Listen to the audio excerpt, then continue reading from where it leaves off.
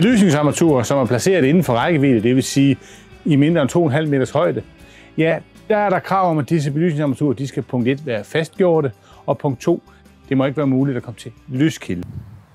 Jeg har jo udstyret mig med min 2,5 meter pind, og skal have undersøgt, om min belysningsarmaturer, de er placeret i minimum 2,5 meters højde. Og jeg går hen og kigger lidt på belysningsarmaturet her. Det er en lyskæde, og det er en lyskæde, hvor jeg faktisk har mulighed for at udskifte min lyskilde. Og jeg kan jo se, at min lyskilde her er placeret i minimum 2,5 meters højde, eller derover, så jeg kan altså ikke komme til at berøre min lyskilde. Jamen så er der jo ikke et krav om, at jeg ikke må kunne udskifte min lyskilde.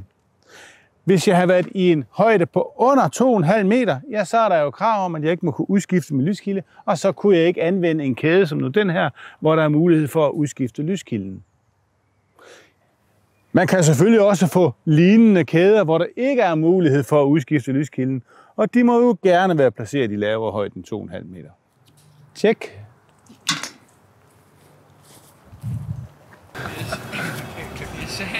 Og her har vi et problem.